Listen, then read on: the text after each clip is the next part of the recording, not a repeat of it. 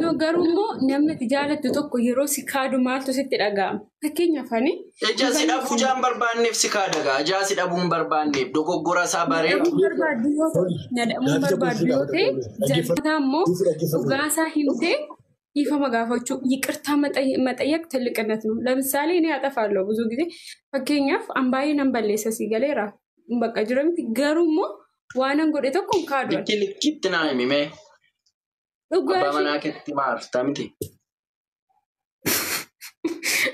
Maas malee amma namni bilookii yoo na godhe osii gabbay.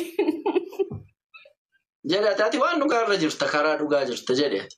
Arraba si dheeressee koo yarran talanna. Jedheeti barnoota gaarii laachaa jirta jedheeti. Isiif na gorsi anaan. Thank you so much.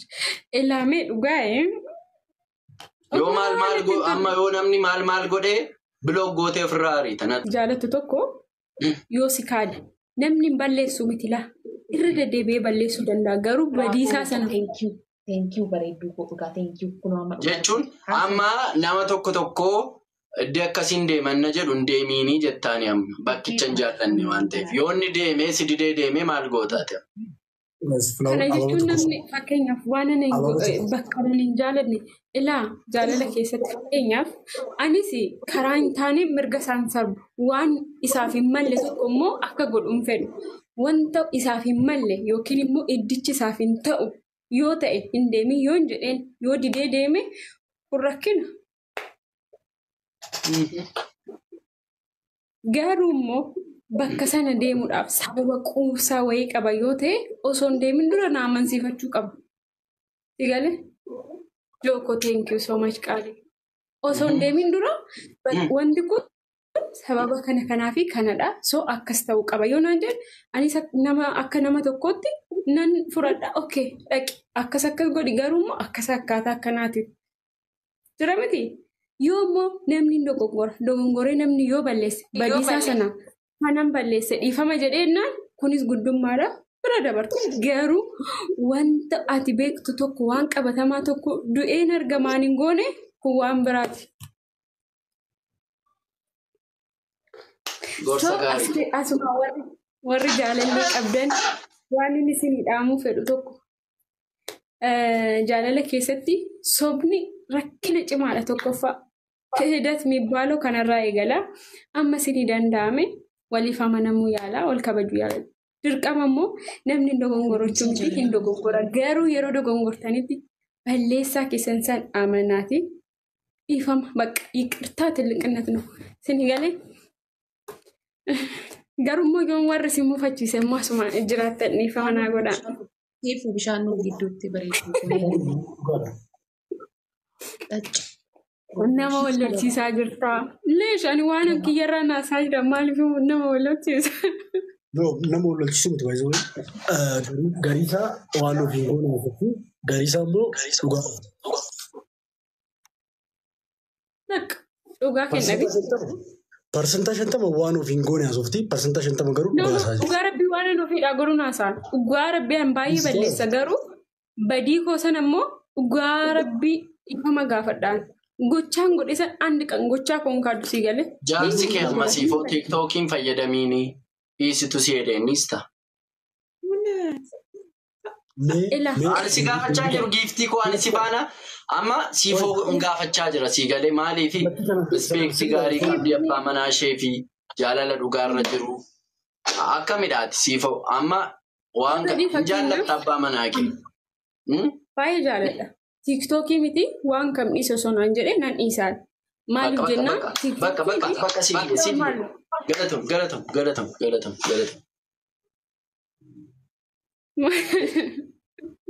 Deebii bareedaa.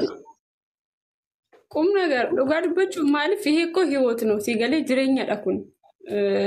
Wanti hunduu isa boodarra malee isa wanti dhufu. Si galee. Fungaluu bilchaatti jechuudhaan ta'e bismaamu. Dhugaa bakka bilchaatti ji'a sadii keessatti bilchaattee jirta waaqa. Faaffii weelkee bilchaattee jirta. Thank you guys. Waa bikoo thank you. Hundumtu si eebbisaa jira namni mana koo jiru. Nama 800 foyitu jira si eebbisaa jiru siifu. Namni baay'een yoo kanarraa barateen eebbifamaa jechuudha sii galamti. Maalo sooree koo dubbadhu maa dabbaramtee? Natti tolee si dhaggeeffachaa haasa'aa jirtu. Sitti tolee? Garuu ennati kolfitu ennati acabacabduun argineef. Egaa siifuun koo hiriyaa itti amantee qabdi. Already bakka jaalallee ishiidha. Itti amantee itti of kennitee jirti sii galee nama akkasiiti immoo waanuma fedhan yoo dhiisan. It's okay. Jireenya gata'etti. So bareedduu. Amanan yeroo mara akkasumatti. Thank you Buchoo.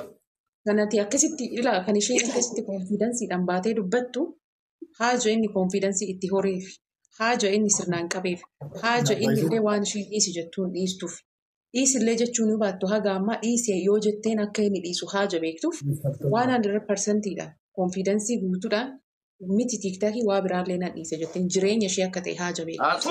Haa ta'u isa kan kee dhiisee jennaan inni dhiisuu dide maal fa'aa jira fakkeenya amma. Ifa gochaa deemi uummataaf gaarii ta'a waan ta'eef. Isa akka kanaayyuu keessan dubbadhaa isinii keessan waliin waan dhiisi maalichii kana dubbanna. Keessan dubbadhaa keessan fitaa. Dhiisaan nuti amma asitti akka hin dubbanne maaltu afaan nu jireenya namichi. Ara siifoo. Garuu bilchaattee jirta dhugaa rabbii siifoon.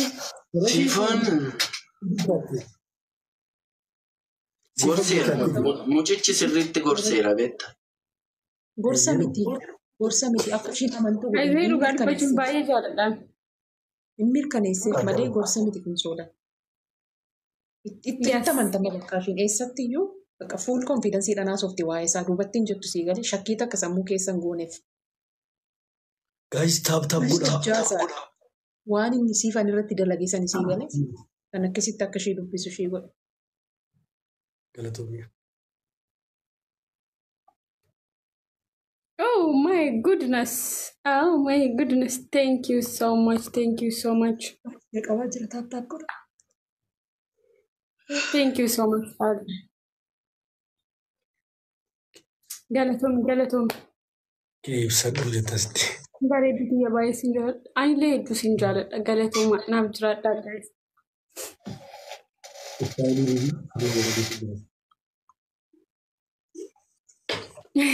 Bareedaa dubbatte. Galatoomi dhugaa.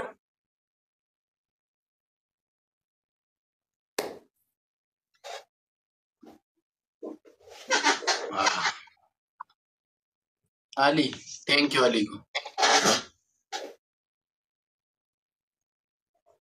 Maatiin gaariitti siif galatoomaa hundi keessanuu hedduu siin jaaladha. Hedduu siin kabajaa.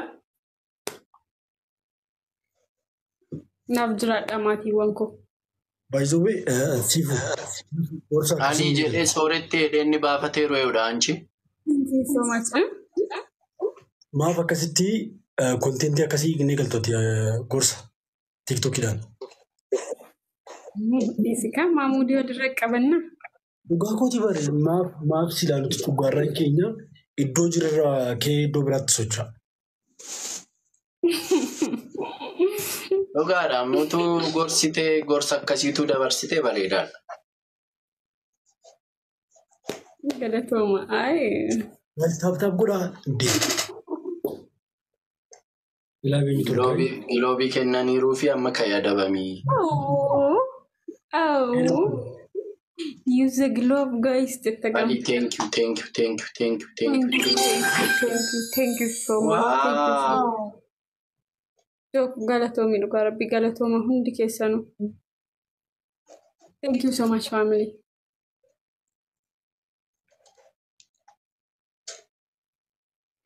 Nasiifu. Wai. Kootu bakka anaafatu waan baay'ee asufna achi keessachi. Rakkoon qabu. Sorry, turtii gaarii qabadha. Sorry. Deemtu. Asiifuu kootati.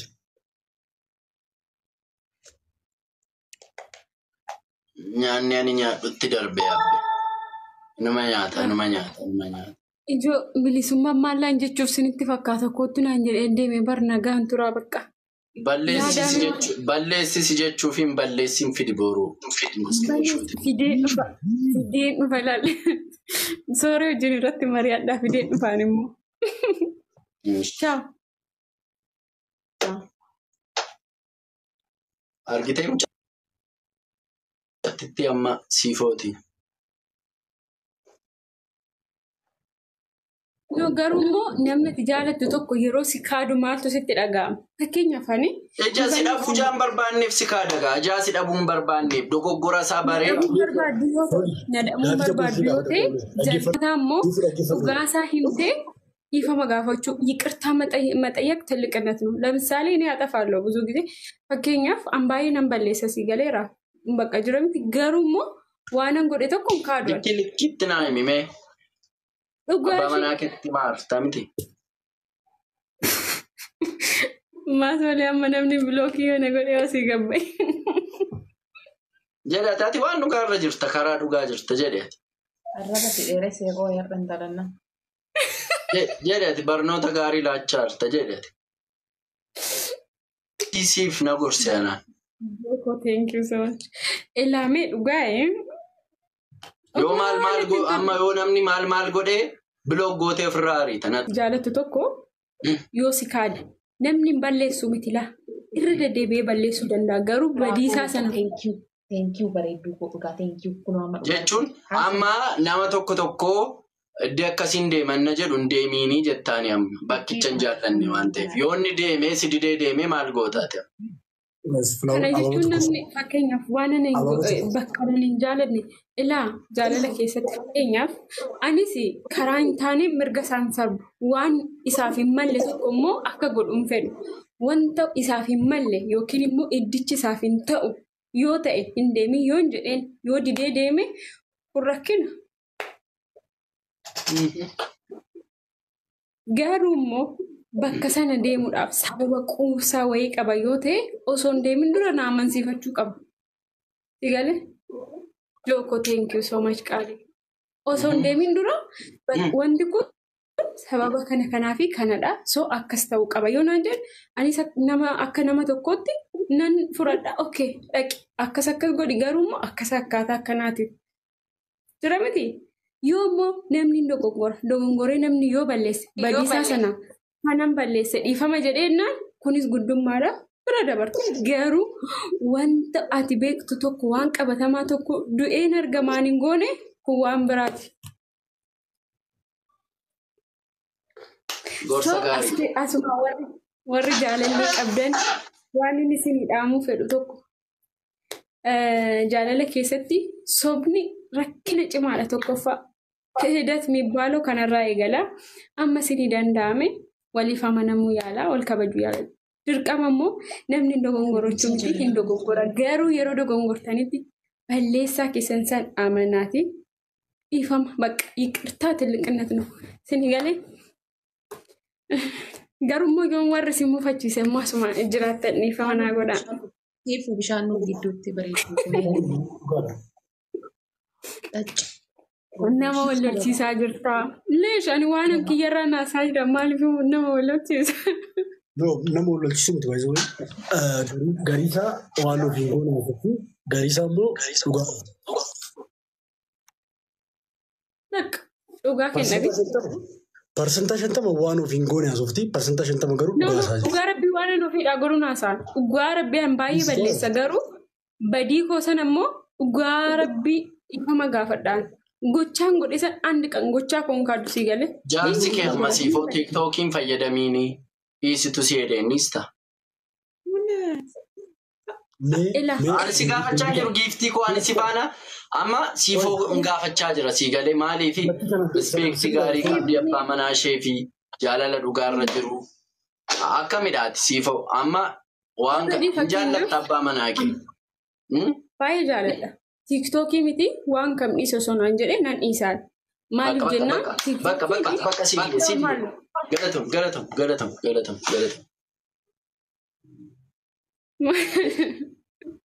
Deebii bareedaa. Kum nagar dhugaa dubbachuun maaliif hiikoo hiwootnu si galee jireenyadha kun. Wanti hunduu isa boodarra malee isa wanti dhufu si galee. Fungaluu bilchaatte jechuudhaan ta'e bismaan dhugaa bakka bilchaatte ji'a sadii keessatti bilchaatte ati bilchaattee jirta waaqa. Faaffii weelkame bilchaattee jirta. Thank you guys. Waabikoo thank you. Hundumtu si eebbisaa jira namni mana koo jiru. Nama 800 foyitu jira si eebbisaa jiru siif. Namni baay'ee yoo kanarraa barateen eebbifamaa jechuudha sii galamte. Maalo sooree koo dubbadhumaa dabbaramtee. Natti tolee si dhaggeeffachaa haasa'aa jirtu. Sitti tolee? Garuu ennati kolfitu ennati acabacabduun argineef. Abtaan godhachu keessa. Egaa siifuun koo hiriyaa itti amantee qabdi. Already bakka jaalallee ishiidha. Itti amantee itti of kentee jirti sii galee nama akkasitti immoo waanuma fedha yoo dhiisan. It's okay. Jireenya gateetti. So bareedduu. Amanan yeroo mara akkasumatti. Thank you Buchoo. Kanatti akkasitti ilaa kan isheen akkasitti konfiidansiidhaan baatee dubbattu haajo inni konfiidansii itti horeef haajo inni sirnaan qabeef haajo inni illee waan isheen dhiisi jettuun dhiistuuf dhiisillee jechuun baattu haga ammaa dhiisee yoo jetteen akka inni dhiisu haajo beektuuf 100%dha konfiidansii guutuudhaan miti tiiktaakii waa biraallee na dhiise jetteen jireenya ishee akka ta'e haajo beektu. Haa ta'u isa kan kee dhiisee jennaan inni dhiisuu dide maal fa'aa jira fakkeenya amma. Ifa gochaa deemi uummataaf gaarii ta'a waan ta'eef. Isa kan akka isaa akka kanaayyuu keessan dubbadhaa isinii keessan walii waan dhiisi maalichii kana dubbanna. Keessan dubbadhaa keessan fitaa. Dhiisaan nuti amma asitti akka hin dubbanne maaltu afaan nu jiree namichi.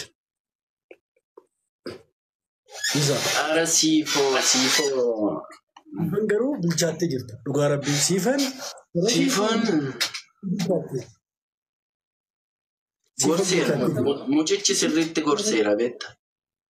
Gorsa miti akka ishiin amantuu Ayyee dhugaa dubbachuun baay'ee jaaladhaan. hin mirkaneesseef malee gorsa miti kun soodha. Itti amantama bakka ishiin eessatti iyyuu bakka fuul konfiidansiidhaan haasofti waa'ee isaa duubatti hin jettu sii galee shakkii takka sammuu keessan gooneef. Gaayis taaptaap godhaa. Waan inni siifan irratti dalageessan isii galee kan akkasitti akka ishee dubbisu ishee godha. Galatoomii. Oh my goodness. Oh my goodness. Thank you so much. Thank you so much. Qabaa jira taaptaap godha. Thank you so much. Galatoom. Ibsa dhuu jettasti. Bareedu biyya baay'ee siin jaalladha. Anillee hedduu siin jaalladha. Galatooma naaf jiraadhaa guys.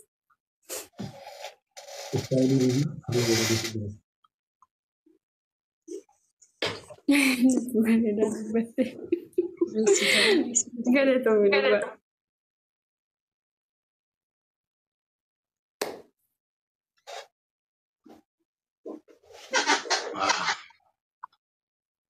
Ali, thank you Ali. Maatii gaariitti siif galatoomaa hundi keessanuu hedduu siin jaalladha. Hedduu siin kabajaa.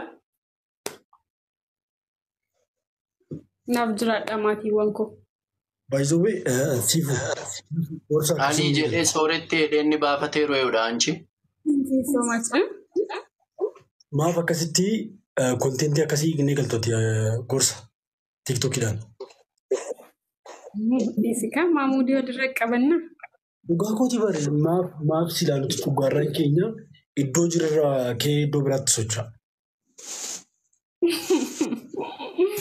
Dhugaadha mutuu gorsitee gorsa akkasiitu dabarsitee bareedaadha. Galatooma. Taaptaap godhaa Giloobii kennaniiruu fi amma kan yaadabamii. Use the glove, guys. Ali, thank you so much. Wow. Galatoomii dhugaa rabbi galatooma hundi keessanuu. Thank you so much family.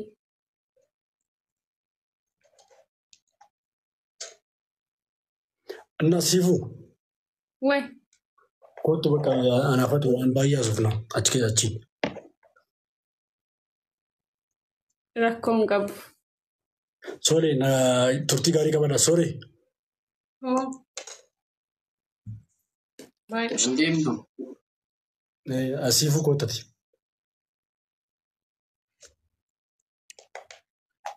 Nyaanni ani nyaadhutti darbee abbe. Numa nyaata. Ijoo bilisummaa maallaan jechuuf sinitti fakkaata kootu naan jedhee deemee bar nagaan turaa bakka. Balleessisi jechuuf hin balleessin fidi booruu. Fideen dhufa ilaalle. Sooree wajjin irratti mari'adhaa fideen dhufaan immoo. Ciao. Argitee mucatti amma siifooti.